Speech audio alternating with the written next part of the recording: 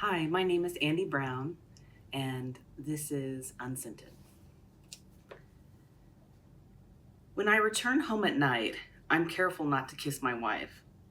It's by mutual agreement. It's a routine we had before COVID, when all we had to worry about was MRSA, C. diff, and any human fluids that might get on my scrubs. In lieu of kisses, I strip my clothes off in the laundry room and walk naked through our apartment to the shower. Even our dog knows he'll have to wait to be petted.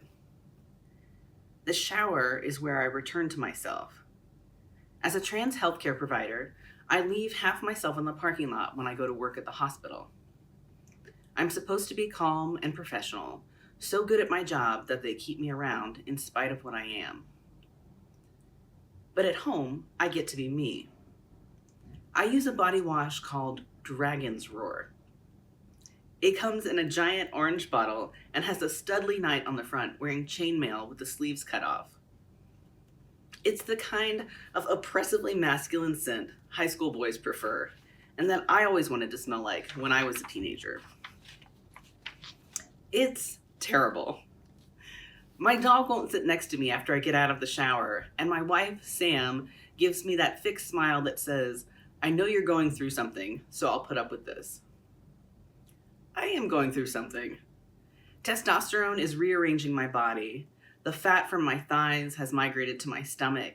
I'm growing the beginnings of a mustache. I've started smelling like a rutting deer.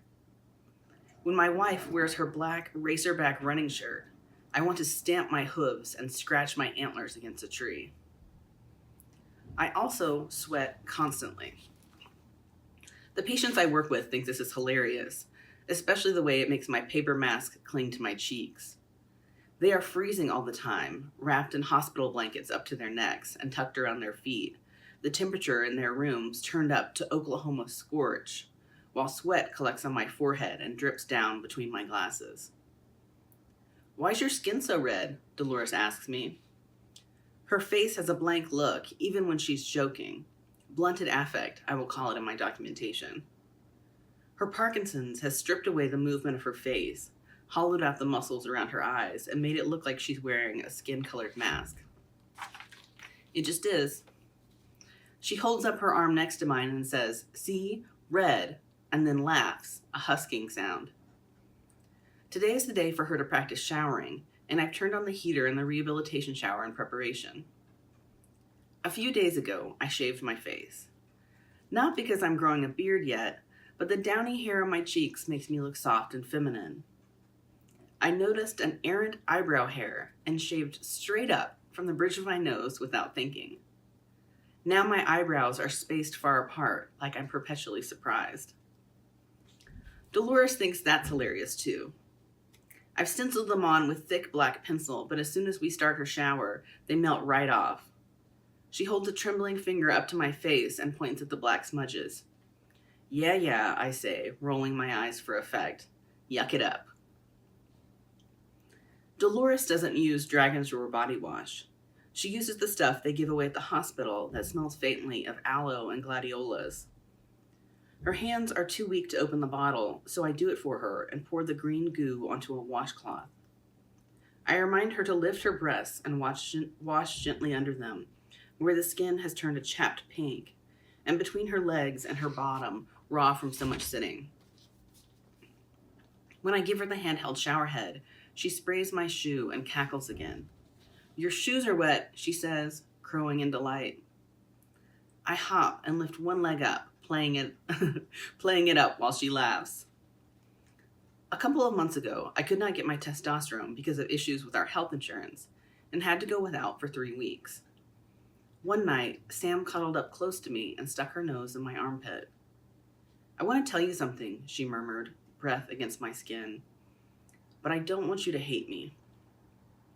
"Okay," I said. "You smell like you used to," she said, "like you did when we first got together." She hid her face and quietly cried, "I miss it." I rested my cheek against her messy brown waves, always untamed because she washes her hair with Bronner's Mint body wash and doesn't use conditioner. Bits of gray are winding their way through, coarser than the soft brown strands. She married someone different, 10 years younger, no back pain or crunchy knees, and with the sweet, milky smell of estrogen. Do you want me to stop taking it? I said. Because, Lord help me, I would give up everything for her. No, she said, lifting her head so I can tell she's serious. I like your new smell too, it's just... I guided her head back to my chest and resumed stroking her hair. It's okay, I said. I understand. After she finishes rinsing, Dolores stands, and I have to step in front of her and put a hand on her waist to steady her. Her right hip is broken, and she forgets that she can't put full weight on her leg. Even the pain doesn't seem to register for her. She'd wobble down the hallway naked and never notice a problem. What am I going to do with half an eyebrow? I ask, drawing her attention back to me and helping her sit down. She takes a moment, but then laughs and points again at my face. The steam has long since fogged up my glasses, and I've pushed them up into my curls. I can see she's thinking about standing again, so I drop to my knees and towel off her feet. Can you dry your hips? She nods and pats her left thigh with the thin, white hospital towels.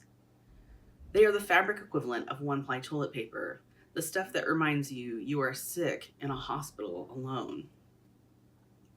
My mask is now soaked on both sides, inside from perspiration and outside from steam.